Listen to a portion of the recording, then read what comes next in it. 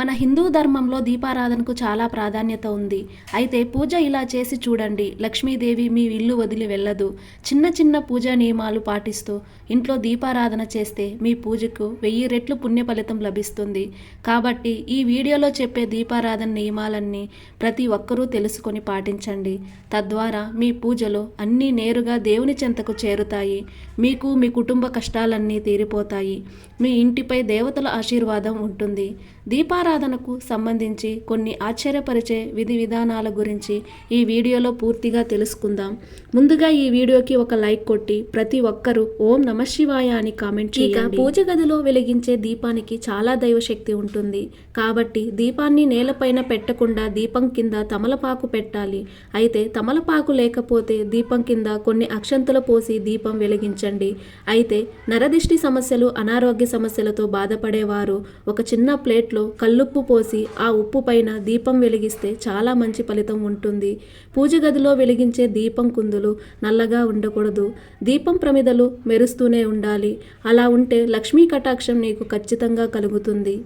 ఇక ఒక్కోసారి దేవునికి కొబ్బరికాయ కొట్టినప్పుడు ఆ కొబ్బరికాయ కుళ్ళిపోతుంది. కొబ్బరికాయ కుళ్ళిపోతే ఎలాంటి కీడు జరగదు.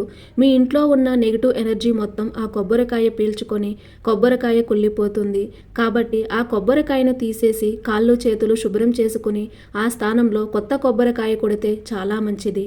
అలాగే పూజ గదిలో పొరపాటున కుంకుమ భరిణి కింద పడితే ఓం శ్రీ లక్ష్మీదేవియే నమః అని అనుకుంటూ ఆ కుంకుమను తీసి ఎవరూ తొక్కని ప్రదేశంలో వేయండి. ఏ పూజ చేసినా ముందుగా వినాయకుని పూజించాలి. కాబట్టి ఇంట్లో పూజ చేసేటప్పుడు పసుపుతో చిన్న గణపతిని తయారు చేసి ముందుగా గణపతిని పూజించి తర్వాత దీపారాధన చేయండి. మరుసటి రోజు ఉదయాన్నే ఆ పసుపు గణపతిని తీసి ఏదైనా పచ్చని మొక్కల మధ్యలో పెట్టండి. అలాగే దేవునికి కర్పూరం వెలిగించేటప్పుడు నేరుగా చేత్తో వెలిగించకుండా కర్పూరాన్ని అగరబత్తితో వెలిగించండి. ప్రతి ఒక్కరి పూజ గదిలో ఏది ఉన్నా లేకపోయినా ఒక చిన్న నీటి కలశం ఖచ్చితంగా ఉండాలి. ఒక రాగి చెంబులో నిండుగా నీళ్లు పోసి అందులో రూపాయి బిళ్ళ వేసి మీ పూజ గదిలో పెట్టుకోండి. లక్ష్మీదేవి మీ ఇంట్లో స్థిరంగా ఉంటుంది. అయితే విపరీతమైన అప్పుల సమస్యలతో బాధపడేవారు ఒక రాగి చెంబులో నీరు పోసి అందులో పచ్చకర్పూరం 2 లవంగాలు వేసి పూజ గదిలో పెట్టుకోండి. ప్రతిరోజు ఆ నీటిని మారుస్తూ ఉంటే మీ అప్పులన్నీ త్వరగా తీరిపోతాయి. మీ పూజలు అకస్మాత్తుగా దీపం కొండెక్కితే భయపడకుండా ఓం నమఃశివాయ అనే మంత్రం చదివి కొత్త దీపం వెలిగించండి. పూజలో అగరవత్తుల నుండి వచ్చే బూడిద దేవుని పటాలపైన పడకూడదు.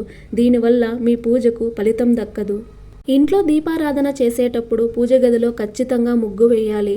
బియ్యం పిండితో ముగ్గు వేస్తే లక్ష్మీ కటాక్షం కలుగుతుంది.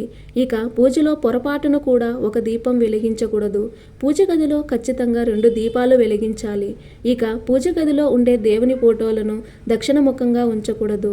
ఇక మీ పూజ గదిలో ఉండే వినాయకుడు, లక్ష్మీదేవి, సరస్వతి ముగ్గురు దేవతలను ఒక పీఠం పైన ఉంచితే మంచి విద్యాబుద్ధులు, అష్టైశ్వర్యాలు కలిసి వస్తాయి. ఇక పూజ గది ఎప్పుడూ చీకటిగా ఉండకూడదు. రాత్రిపూట కూడా పూజ గదిలో వెలుతురు ఉండాలి. కాబట్టి నీ పూజ గదిలో చిన్న బల్బును పెట్టుకోండి. పూజలో దేవునికి పెట్టే నైవేద్యాన్ని ప్లాస్టిక్ ప్లేట్లో పెట్టకూడదు. ఒక చిన్న ఇత్తడి ప్లేట్లో లేదా తమలపాకు పైన దేవునికి నైవేద్యం పెట్టాలి. పూజలో దేవునికి నైవేద్యం పెట్టే పాత్ర పవిత్రంగా ఉండాలి. శుభ్రపరిచిన తర్వాత దానిలో ప్రసాదం పెట్టాలి. దేవునికి ధూపం వేసేటప్పుడు ఖచ్చితంగా గంట మోగించాలి. లేదంటే ఆ ధూపం దేవునికి చేరదు. పూజలో అగరవత్తులు వెలిగించేటప్పుడు 3 లేదా 5 అగరవత్తులు వెలిగించాలి. అలాగే దేవుని ముందు దీపం వెలిగించేటప్పుడు దీపం ఒత్తులు పూర్తిగా కాలిపోతే మంచి పుణ్య ఫలితం దక్కుతుంది. అయితే ఒక్కొక్కసారి ఒత్తులు కాలవు. అలాంటప్పుడు ఆ ఒత్తులను తీసి చిన్న డబ్బాలో వేయండి. ఇలా కొన్ని ఒత్తులు సేకరించి ఆ ఒత్తుల పైన సాంబ్రాణి పొడి వేసి ఇల్లంతా సాంబ్రాణి పొగ వేయండి. ఇలా చేస్తే చాలా మంచిది. ఇక ఇంట్లో వ్రతాలు చేసేటప్పుడు లేదా దీపారాధన చేసేటప్పుడు చాలామంది కలశంలో నీటిని పెట్టి పూజ చేసుకుంటారు. అయితే ఆ నీటిని పారవేయకుండా మీ ఇల్లంతా చల్లుకోండి. మిగిలిన నీటిని ఏదైనా చెట్టు దగ్గర పోయండి. ఇలా చేయడం ద్వారా మీ ఇంట్లో దైవశక్తులు ఉంటాయి. ఇల్లంతా దైవశక్తులతో నిండిపోతుంది. ఇక మనలో చాలామంది పూజ గదిలో శంఖం పెట్టుకుంటారు. పూజ గదిలో శంఖం ఉంటే అది ఖాళీగా ఉండకూడదు. శంఖంలో నీరు పోసి పూజ గదిలో పెట్టాలి. ఇక ఆవు నెయ్యితో దీపారాధన చేస్తే చాలా మంచిది. అయితే పొరపాటున కూడా వేరుశనగ నూనెతో ఇంట్లో దీపారాధన చేయకూడదు. ఇక దేవునికి సమర్పించే పూలు స్నానం చేయకుండా కోయకూడదు. చక్కగా స్నానం చేసి పూజ కోసం పువ్వులు కోయాలి. అయితే దేవునికి పెట్టే పుష్పాలను నీటితో కడగకూడదు. అలాగే వాసన చూసిన పూలను పూజలో పెట్టకూడదు. పూజ చేసేటప్పుడు ఖచ్చితంగా తలస్నానం చేయాలి. అయితే తలస్నానం చేసిన వెంటనే జుట్టు విరబోసుకుని పూజ చేయకూడదు. అలాగే జుట్టు నుండి నీరు కారుతున్నప్పుడు పూజ చేయకూడదు. అలా చేస్తే మీ పూజను రాక్షసులు స్వీకరిస్తారని పురాణాలు వివరిస్తున్నాయి. ఇక విష్ణుమూర్తిని పూజించేటప్పుడు స్వామివారికి సమర్పించిన నైవేద్యం పైన ఖచ్చితంగా తులసి దళాలు పెట్టాలి. విష్ణుమూర్తి పూజలో తులసి దళాలు లేకపోతే మీ పూజకు సంపూర్ణ పుణ్యఫలితం దక్కదు.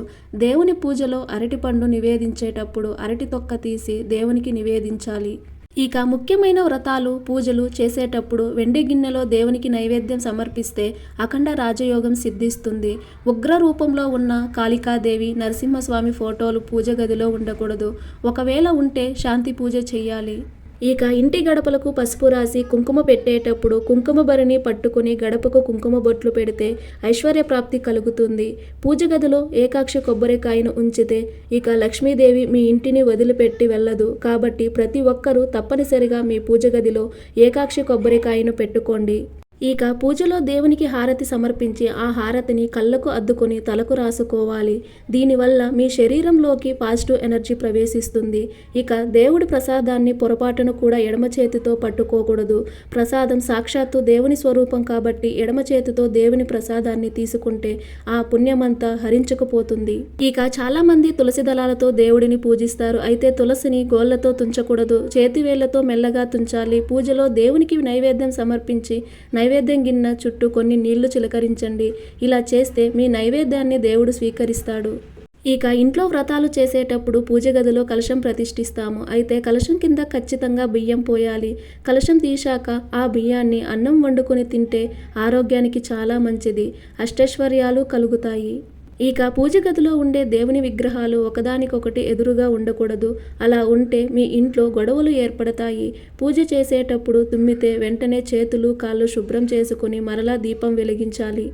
ఇక పూజ గదిలో దేవునికి కొబ్బరికాయ కొట్టినప్పుడు ఆ కొబ్బరి చిప్పలను పూజ గదిలో ఎక్కువసేపు పెట్టకూడదు. దీనివల్ల నెగిటివ్ ఎనర్జీ పెరుగుతుంది. ఇక మనలో చాలామంది తలుపు వెనకాల ఒక చిన్న పూజ గదిని నిర్మించుకుంటారు.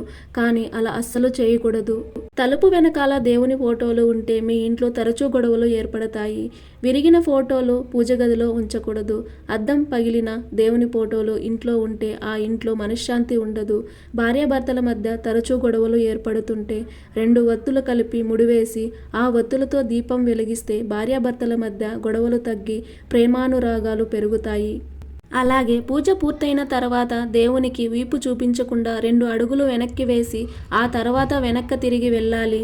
మీ ఇంట్లో తరచూ గొడవలు ఏర్పడుతుంటే ప్రతిరోజు ఇల్లంతా సాంబ్రాణి పొగ వేయండి. ఇంట్లో ఉన్న నెగిటివ్ ఎనర్జీ మొత్తం తొలగిపోతుంది.